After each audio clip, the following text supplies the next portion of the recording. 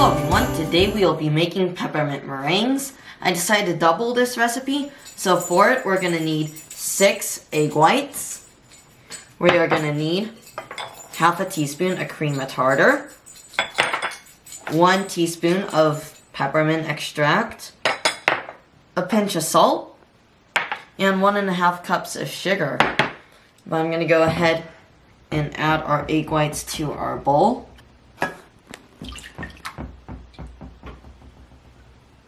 There we go. We're going to go ahead and attach this to our stand mixer.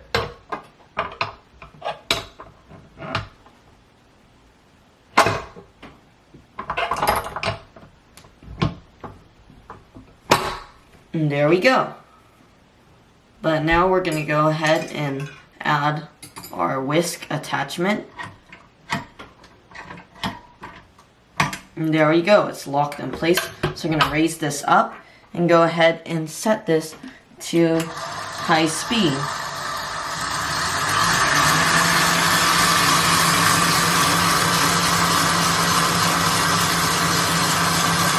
And while this is beating, we're going to go ahead and add our pinch of salt.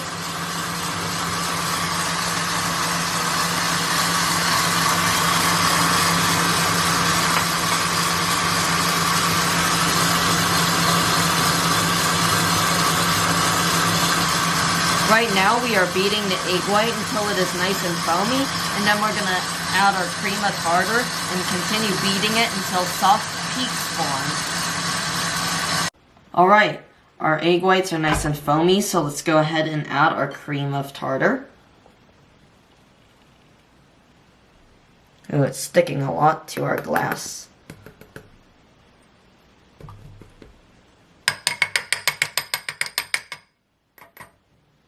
There we go. That's most of it out. And we're going to go ahead and raise this back up and turn it back on.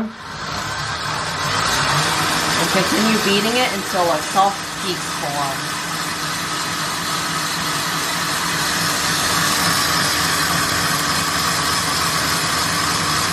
Alright, we're going to go ahead and see if our soft peaks are formed yet. We're going to go ahead and use our attachment here. It's very handy. And then just sort of pull this up. It's hard to tell. There's a lot of stuff stuck in here still. But it seems like it's getting pulled up some. I think it might be alright to add the sugar. I'm just going to go ahead and put this in for a couple more minutes though, to go ahead and beat a little bit more, and we'll check again. Alright, our soft peaks have formed, so we're going to go ahead, turn this back on and add our sugar, 1 tablespoon at a time.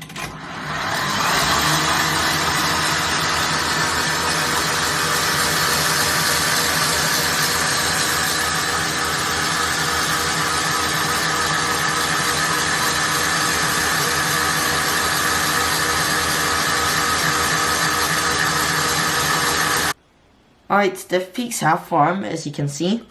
When I pull this up, there's a nice stiff peak, and it stays quite stuck there.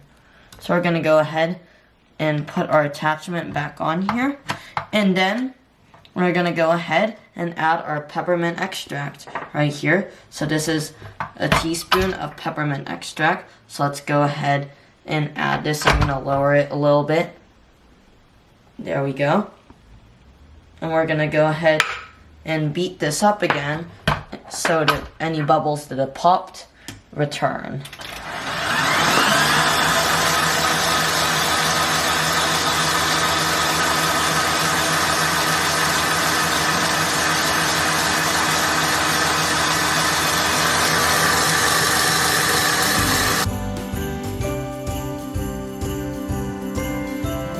Alright, I went ahead and painted our pastry bag with a little bit of red food coloring gel so that when we pipe our meringue, it'll give our meringue a nice red stripes all over it. So I'm going to go ahead and paint our last stripe. So we're just going to pull our brush up here.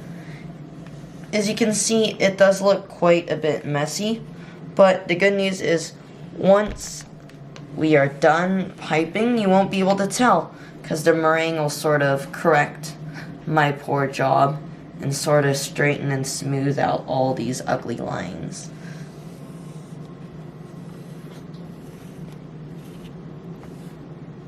And there we go. There's our 4 stripes that I decided to paint. Alright, I'm going to carefully scoop our meringue into our bag. We are going to try to reduce our chances of smudging our coloring, so then it won't be as pretty. But it's sort of a skill. I think I need to get a little bit more so that it's just barely balancing on. And we're going to slowly let gravity take over and drop it in. It's quite sticky, so that's always a good sign when you're making meringue. Hopefully, it's not filling up quite all the way, as you can see. But hopefully, as we add more meringue, it'll slowly get pushed down.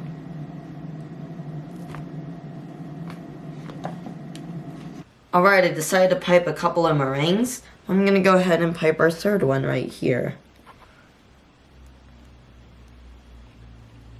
So the trick is just to sort of pull it up. And there we go, that's our third meringue. I'm going to go ahead and fill our tray up with little itty bitty meringues.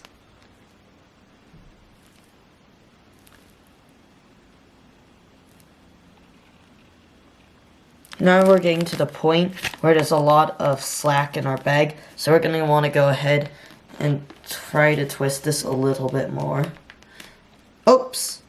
See? So, but you ought to be careful when you're twisting it, because a little bit will squirt out. So I'm going to go ahead and stick our bag back in our cup and get a paper towel and just try to wipe our spilled meringue up a little bit.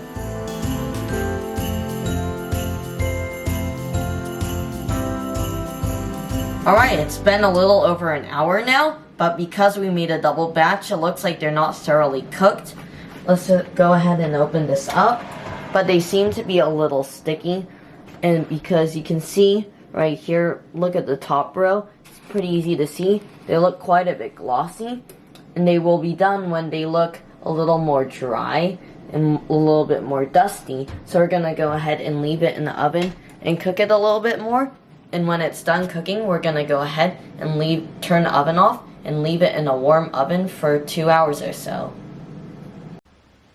Alright, I just took the meringues out of the oven, and I decided to get one.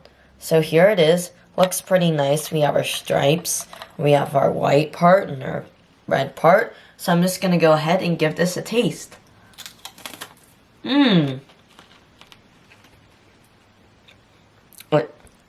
It's nice and brittle, crumbly, crunchy.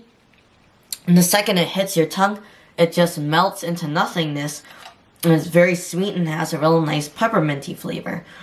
I really enjoyed it. So I'd have to give this a 10 out of 10. These are probably some of the best meringues I've ever made. So I really do recommend you make these peppermint meringues for your friends and family.